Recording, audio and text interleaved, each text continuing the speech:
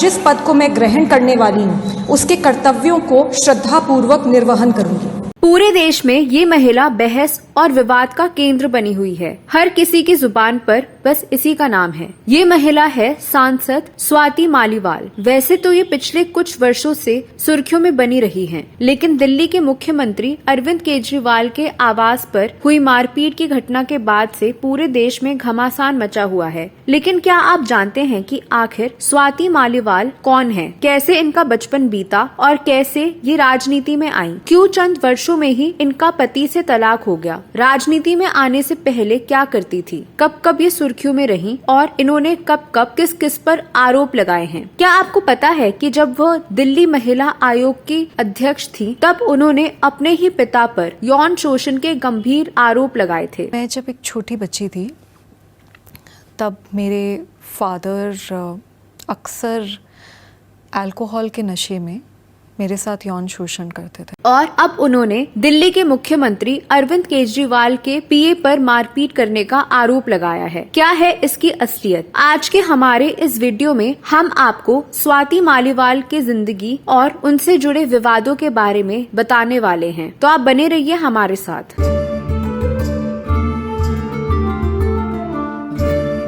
दोस्तों, स्वाति मालीवाल आज किसी परिचय की मोहताज नहीं है। दिल्ली ही नहीं बल्कि देश विदेश में आज अपने काम की वजह से उनकी एक अलग पहचान है। वह इंजीनियर से दिल्ली महिला आयोग के अध्यक्ष पद तक पहुंची और फिर आम आदमी पार्टी से राज्यसभा सदस्य बनी। बचपन से लेकर आज वो जिस मुकाम पर हैं, वहां तक पहुंचने में जिन परिस्थितियों से गुजरी और जितना संघर्ष उन्होंने किया वह अपने आप में एक मिसाल है। लेकिन आज आम आदमी पार्टी संयोजक अरविंद केजरीवाल की बेहद करीबी और आप पार्टी से राज्यसभा सांसद स्वाति मालीवाल को लेकर पूरे देश की राजनीति में हलचल मची हुई है। भारतीय जनता पार्टी जहां एक ओर स्वाति के साथ सीएम आवास में हुई मारपीट के मामले में अरविंद केजरीवाल को गुनहगार मान रही है और उनसे मुख्यमंत्री पद छोड़ने की मांग कर रही है, तो दूसरी ओर आप पार्टी से जुड़े लोग ही स्वाति पर सवाल उठा रहे हैं। क्या है पूरा मामला? ये जानने से पहले आइए जानते हैं उनके राजनीतिक सफर और उनके जीवन से जुड़ी कुछ जरूरी बातों के बारे में। दोस्तों, स्वाति मालीवाल का जन्म 15 अक्टूबर 1984 को गाजियाबाद में हुआ था। उनकी पढ़ाई लिखाई एमिटी इंटरनेशनल स्कूल से हुई है। स्कूल की पढ़ाई पूरी करने के बाद स्वाति ने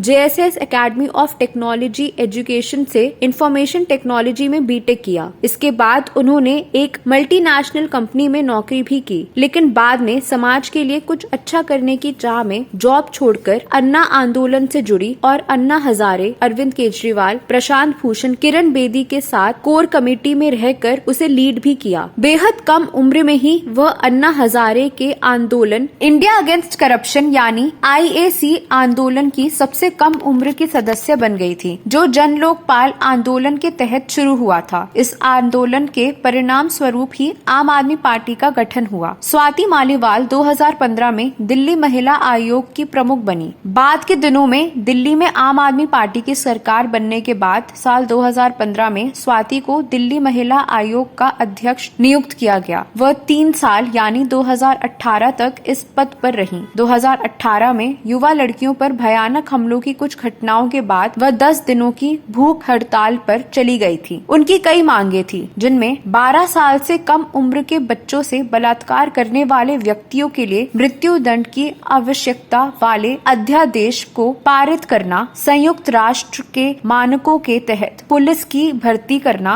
और पुलिस की जवाबदेही की मांग करना शामिल था। स्वाति ने प्रधानमंत्री नरेंद्र मोदी को एक ओपन लेटर भी भेजा था। हाल ही में अरविंद केजरीवाल की आम आदमी पार्टी ने उन्हें दिल्ली की राज्यसभा सीटों के लिए हुए चुनाव में अपना उम्मीदवार बनाया था और उन्होंने 31 जनवरी को राज्यसभा के सदस्य के तौर पर शपथ ली थी। लेकिन जब स्वाति दिल्ली महिला आयोग की अध्यक्ष थी तब उन्होंने अपने ही पिता पर यौन शोषण के गंभीर आरोप लगाए थे। उन्होंने बताया था कि उनके पिता ने उनका यौन शोषण किया था और उनकी चोटी पकड़कर पिटाई भी करते थे। मेरे फादर अक्सर अल्कोहल के नशे में मेरे साथ यौन शोषण। स्वाति ने कहा था कि वह अपने पिता से बहुत डरती थी और उनके साथ कई बार ऐसा हुआ करता था। उन्होंने बताया कि पिता कब उनकी पिटाई कर दे ये पता नहीं होता था, इसलिए कई बार वो पिता के आने से पहले बिस्तर के नीचे छुप जाया करती थी और वहीं छुपकर दोनों बहनें घरेलू हिंसा को खत्म करने और इसके खिलाफ लड़ने के बारे में बात किया करती थी। बस यहीं से महिलाओं के लिए आवाज उठाने की नींव उनके दिमाग में पड़ी। अन्ना आंदोलन के दौरान ही उनकी मुलाकात नवीन जय हिंद से हुई थी। नवीन जय हिंद और Swati Maliwal India against corruption की टीम का हिस्सा थे। नवीन और स्वाति दोनों ही दिल्ली के सीएम अरविंद केजरीवाल के करीबी रहे हैं। 2011 में अन्ना आंदोलन के बाद जब इंडिया अगेंस्ट करप्शन की टीम कोयला घोटाले में भ्रष्टाचार के आरोप झेल रहे नेताओं के खिलाफ प्रदर्शन करने पहुंची, उस वक्त नवीन और स्वाति एक दूसरे के करीब आ गए थे। भ्रष्टाचार के खिलाफ लड़ाई लड़ते हुए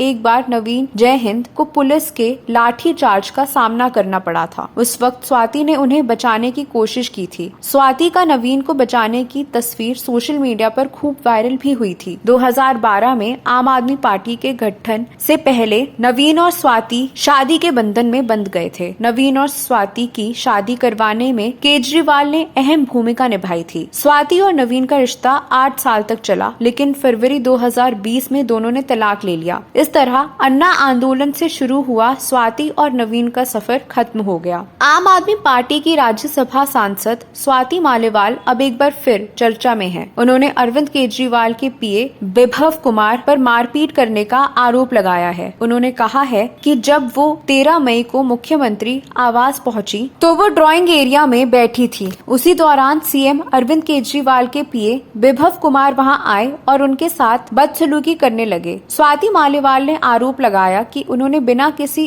उकसावे के उन्हें कई थप्पड़ मारे और उनके पेट पर मुक्के भी मारे, जिसके बाद स्वाति ने पुलिस में इसकी शिकायत की और 18 मई को दिल्ली पुलिस ने विभव कुमार को गिरफ्तार कर लिया था। दिल्ली पुलिस ने आईपीसी की धारा 323, 354, 506 और 509 के तहत एफआईआर दर्ज की। इसके बाद एम्स में स्वाति की मेडिकल जांच भी हुई और अब कोर्ट में इस मामले की सुनवाई चल रही है। हालांकि स्वाति के पूर्व पति नवीन अलग होने के बाद भी आज स्वाति के साथ खड़े हैं और अरविंद केजरीवाल के घर पर स्वाति के साथ हुई मारपीट को लेकर आप पार्टी के सभी नेताओं पर निशाना साध रहे हैं। तो दोस्तों, आप आम आदमी पार्टी की राज्यसभा सांसद स्वाति मालीवाल के बारे में क्या कहना चाहेंगे? ये वीडियो कैसा लगा जरूर बताएं। स्वाति मालीवाल के बारे में आपके पास कोई और जानकारी है तो कमेंट बॉक्स में अवश्य लिखें। अगले वीडियो में मैं फिर नई कहानी या नई जानकारी लेकर हाजिर हो जाऊंगी। तब तक के लिए नमस्कार।